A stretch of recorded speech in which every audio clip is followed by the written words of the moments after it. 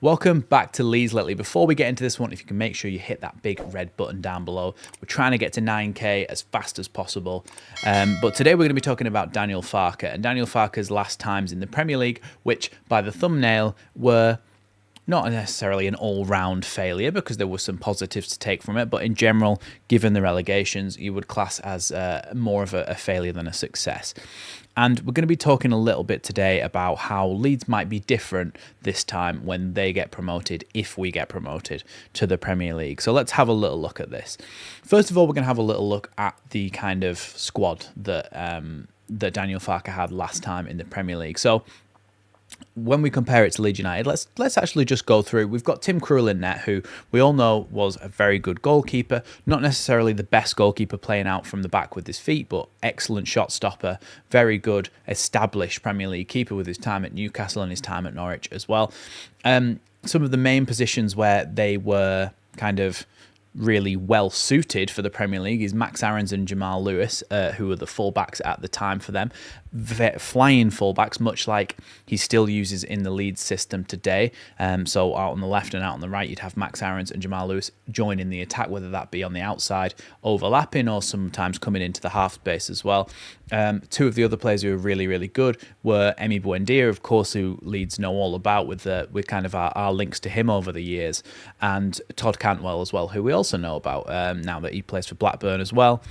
And Teemu Pukki was their striker. Now, in and about that, you did have Ben Godfrey, who, yes, is a decent player. He's now playing for Atalanta in Serie A, and he went on to Everton from Norwich and things like that. He was a good player, but he was very, very young at the time, and he was a good ball-playing centre-back. They had a bit of a destroyer on the other side in Grant Hanley, who is not necessarily the best player in the world, but he was a tough tackler and a strong kind of centre-back role in there.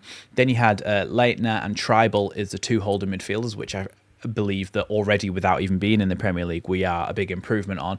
Then Stiepermann in the number 10 role, who isn't in the same mould as what somebody like Brendan Aronson is in terms of the kind of skillfulness of him. And then, of course, Teemu Pukki. When we talk about Pukki is a little bit different. Now, I have been doing a bit of research, and where Daniel Farke kind of got some of inspiration from was his...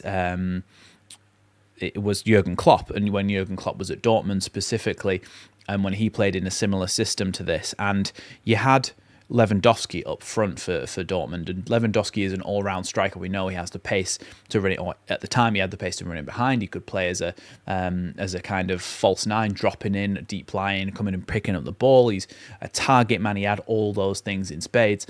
But what Teemu Pukki did differently is that he was very much a kind of one-role striker. He's a blindside striker in that, say, you've got Teemu Pukki here, and you've got the ball here, and a player here wanting to pass that.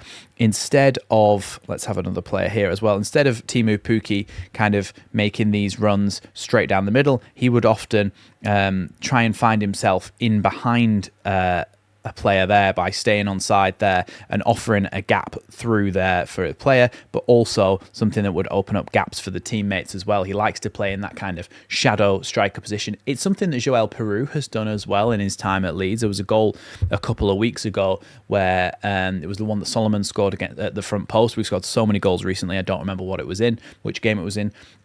But Peru, it's annoying that they've both started with a P. That's going to throw me off in this video, so don't mind that. But Peru ran to the far post like this. He made this run across. It dragged two players with him, which allowed Solomon to go into the box.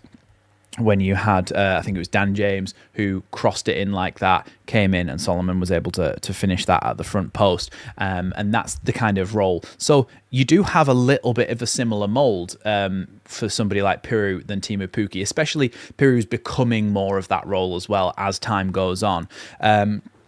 So let's just reset this a little bit, and then let's talk about the key differences here before we actually get into any more of the actual tactics themselves. That's the squad, basically. That's how they lined up for Norwich. It'll be a similar setup for Leeds. Before we get into the tactics and things, it's important to mention that when we do have a look at these roles across the pitch, Norwich did not have a big budget to when they went up. They had Stuart Webber is the sporting director, who was somebody who said that himself that he liked to get out there, watch games, try and scout players, try and get players in who maybe don't cost the world but could come in and do a good job. Now, Norwich had a number of good players, otherwise they wouldn't have got promoted to the Premier League to start with, but it was a lot to do with Farke's tried and tested Championship techniques. The key difference is that Leeds here have massive backing compared to what Norwich have ever had.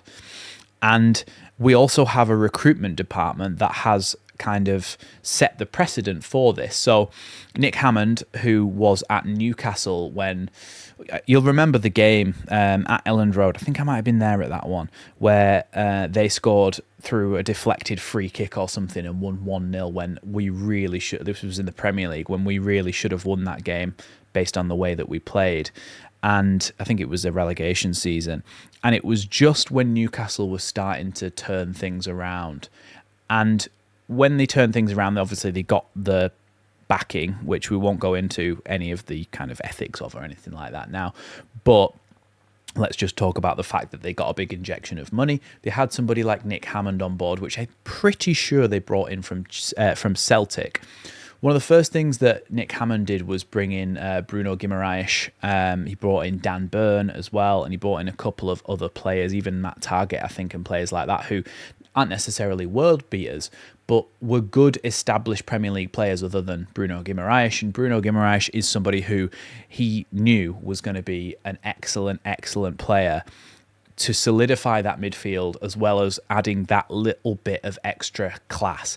Now, I think that's what Leeds need when we go up to the Premier League. When you look at Leeds' overall squad, I think we are in a better position overall than what Norwich were when they got promoted.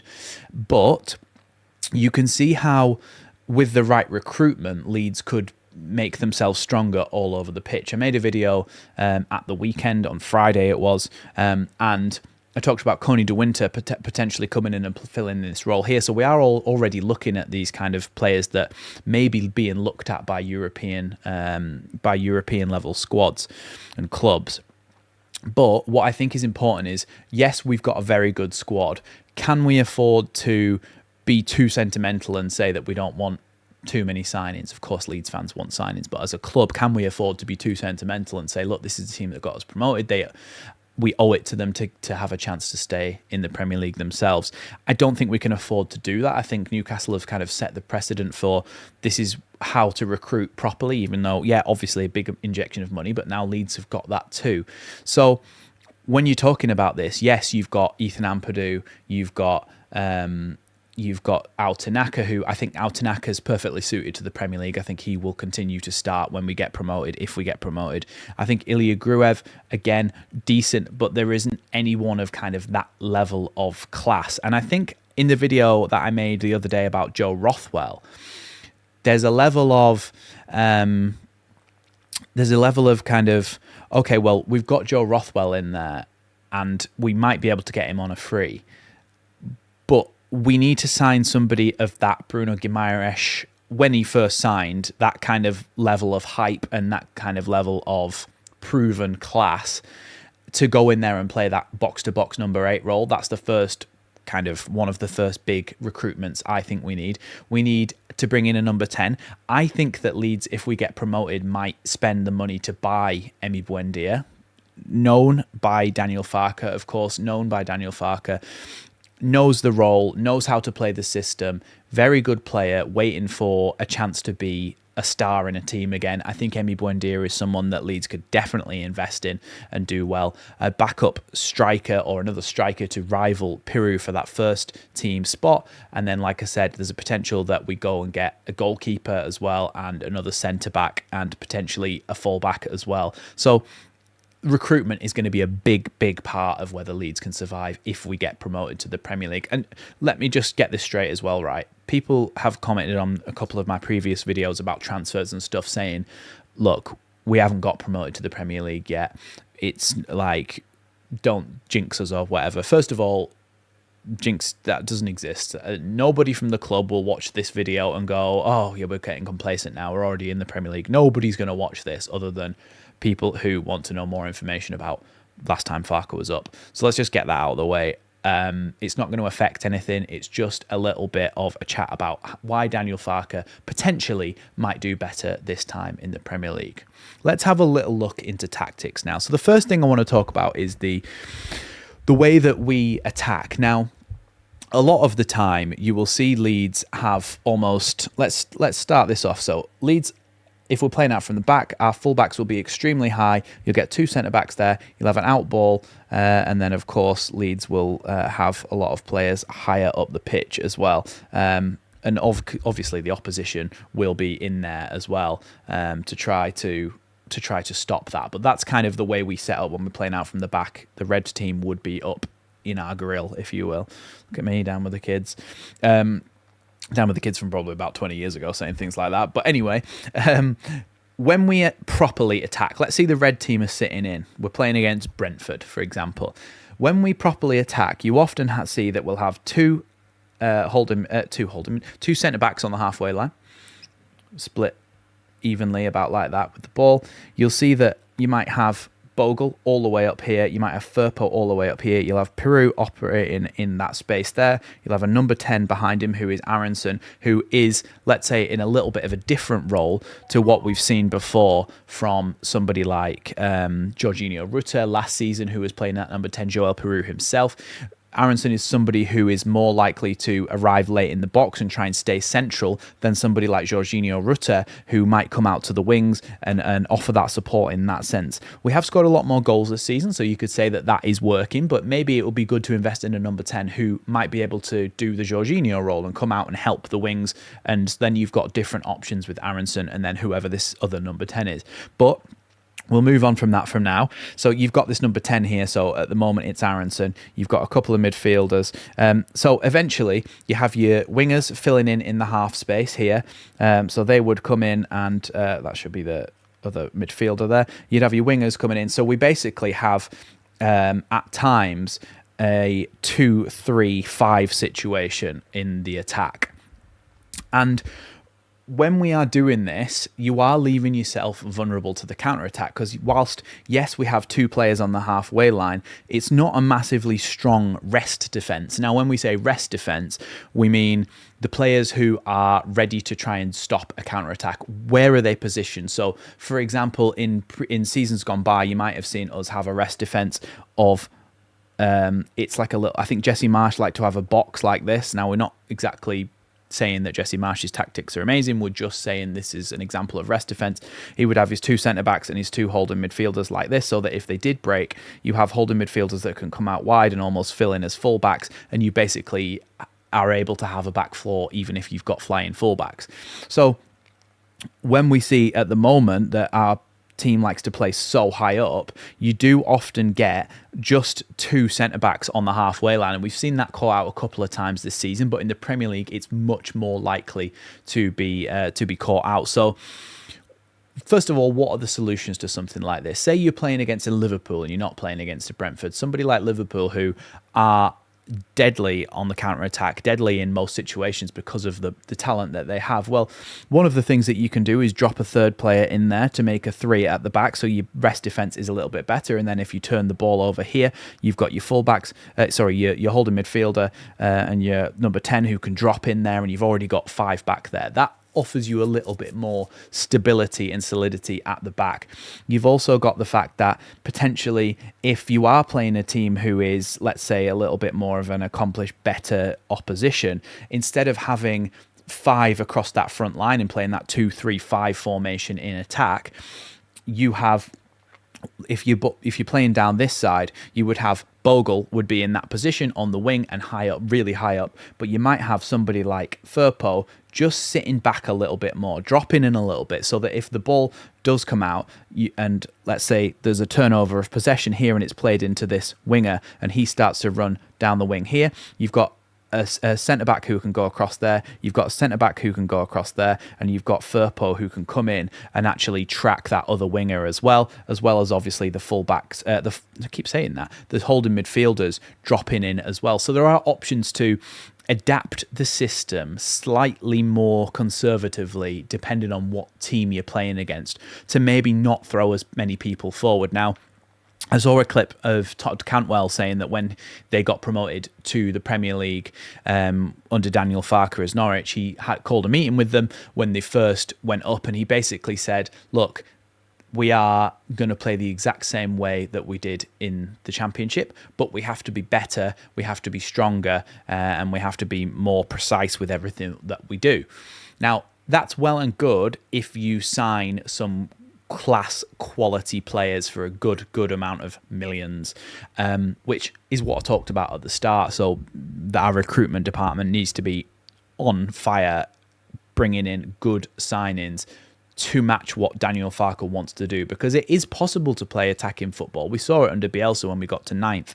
It is possible to get to a higher position in the division playing attacking football as a promoted side, but realistically, we have to have the right recruitment to do so. So we're having a little look at some of the kind of issues that might come from the way that we build up from the back and the way that we attack in general. So these are the things that we can start to do, is maybe drop a fullback in and not have that kind of exposure of the two centre backs at the back, or maybe drop a holding midfielder in between the two centre backs, which is something that we've done before, but not necessarily too much when we're attacking in the Championship. Like I said, we go to a little bit of a 2-3-5 when we've got the ball, and we are attacking in the Championship, which is something that is tried and tested in the Premier League. Pep Guardiola was doing it a couple of years ago. There's a few other managers as well that have been doing these kind of tactics of playing this 2-3-5, but it does tend to be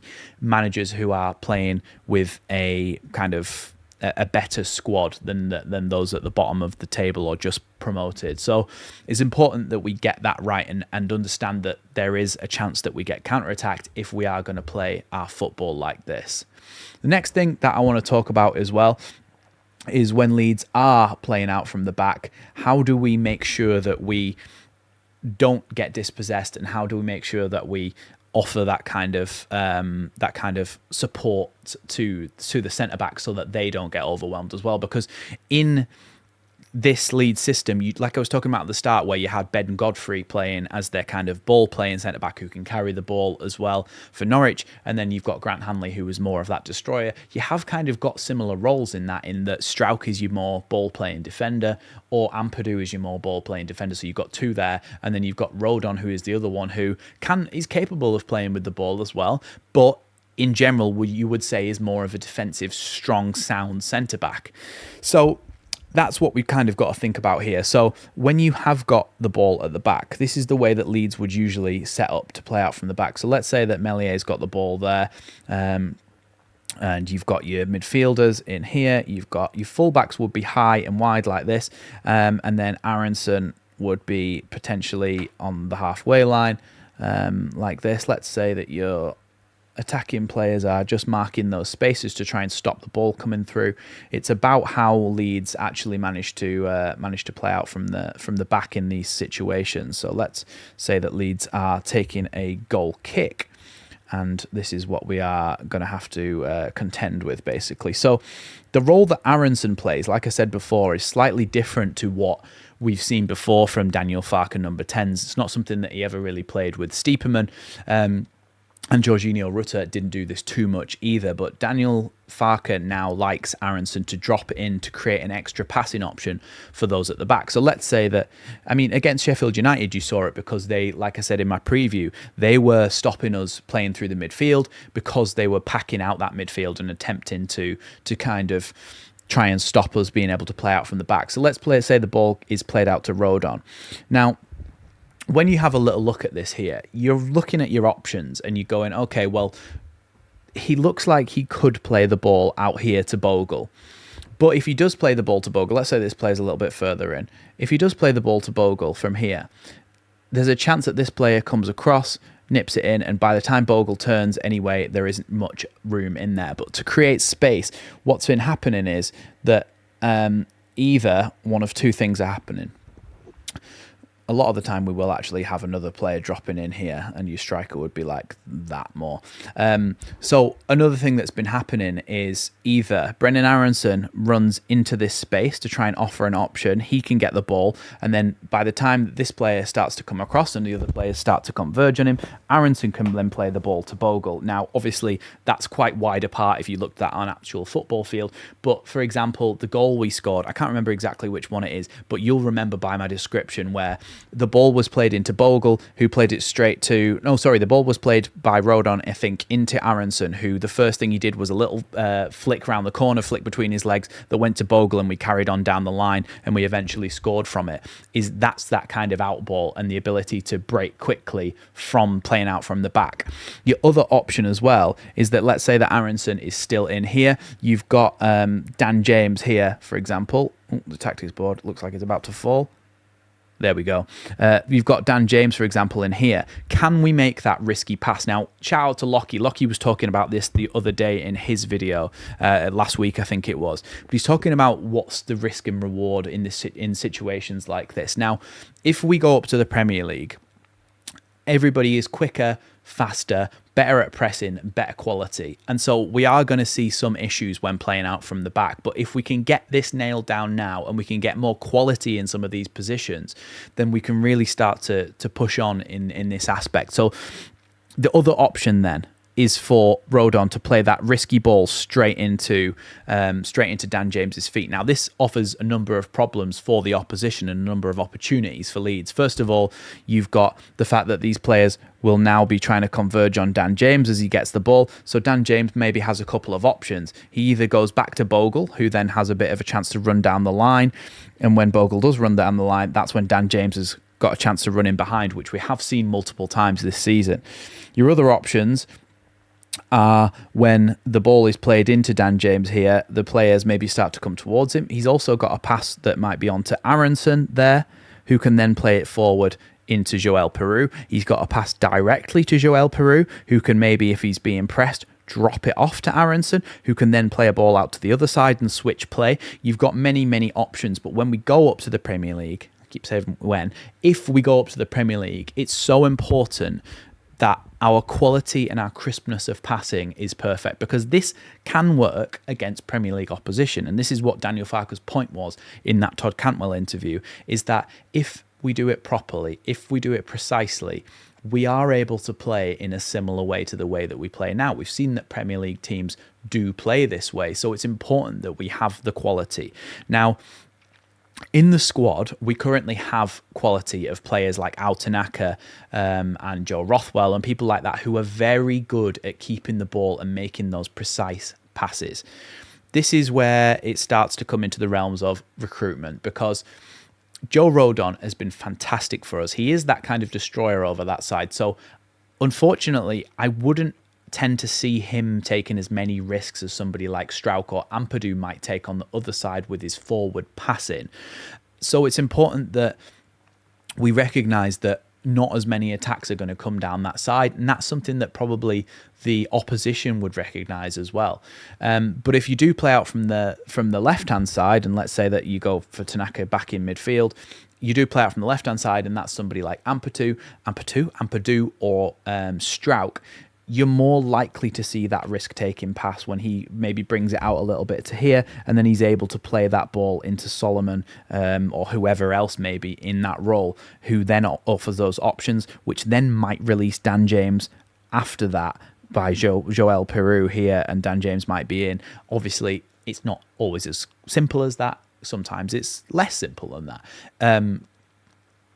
It's something that we are going to have to get right. Our passing has to be so crisp. It's been really good this season, but what happens when we make that next step and go up? I think that recruitment is going to be a big part of that. Somebody like Emi Buendia signing on a permanent would be a great step in that direction, because he knows the system, he knows how to do it, and he'd have better players around him than what he did last time in the Premier League with Norwich. I also think it's so important that we get that centre-back partnership right, because they are responsible for starting a lot of those attacks. The number 10 has to be somebody like Buendia who's capable of going and getting the ball in those situations, knowing where to go. Our wingers, very good at doing this, cutting inside, offering room here in the half space, being able to go and receive that ball to allow the fullbacks to go beyond them, the striker to go beyond them, and almost acting as another number 10 as they cut inside and fill those positions. So it's important that we have the quality to be able to do that without losing the ball. So that's just been a little bit of a, well, we're on about 25 minutes now, so it's been a bit of a breakdown of what might happen if we do go back up to the Premier League under Daniel Farke. Maybe some of the failings of what happened last time is the fact that they were left so open, the recruitment wasn't great, and so it's important that there are solutions to these problems, which I think there are, because Daniel Farke, as he's proven time and time again with Leeds, is a good manager, and he knows what he's doing. His tactics, they work. They've been doing really, really well this season. It's about whether we can get the recruitment right to execute his plan in the Premier League. Now, look, not saying that Daniel Farke and Marcelo Bielsa are similar in any way in terms of their actual tactics and their tactical philosophy, but what I will say is the same rule as what I'm saying in this video is going to apply here, in that if Marcelo Bielsa had got the recruitment he'd have wanted after that first season in the Premier League, he potentially then would have gone on to stay longer at Leeds. In fact, he definitely would have gone on to stay longer at Leeds and would have had more success and more longevity if he'd have been given the budget and the players that he wanted. When you look at the players, I think somebody put a list on X the other day, Twitter the other day. Somebody put a list on naming all the players that we'd been linked with, your Cody Gakpos, your people like that. There was loads of really good players that we've been linked with. And when you built an 11 out of them, you start to go, okay, yeah, I could see how these would really be able to play Bielsa ball and execute it properly. It sounds dumb. It sounds like a complete no-brainer going, okay, well, yeah, if we recruit properly, we're going to do well. But it's not necessarily about that. You saw how Forest came up. They bought some good players for a lot of money, but it didn't instantly work. It kept them up, and it's kept them up since. But it's not necessarily about just buying as many players as possible. It's about buying the right players for the right positions. And I truly believe now, with our recruitment department, with our infrastructure, with our access to the Red Bull network of clubs, with the potential for the 49ers to go ahead and buy Rangers as well, with a stepping stone into the Premier League for those players, there is a lot of things stacked in our favour here. So I'm really hoping that Leeds can not watch this video, but like do the things that I've said without me actually having any input, because I believe that Daniel Farke can work in the Premier League. That's what I'm going to leave you as the message for this video. Let me know what you think down in the comments below. If there's anything else you'd like me to cover tactically or anything like that, any questions about the way that Leeds play, specific things you want to know about, let me know and I'll make a video on those things. Thanks for watching Leeds Lately, though. It's been a bit of a long one, so make sure you hit that like button, hit that big red button down below as well. Thanks for watching Leeds Lately, and I'll see you in the next one.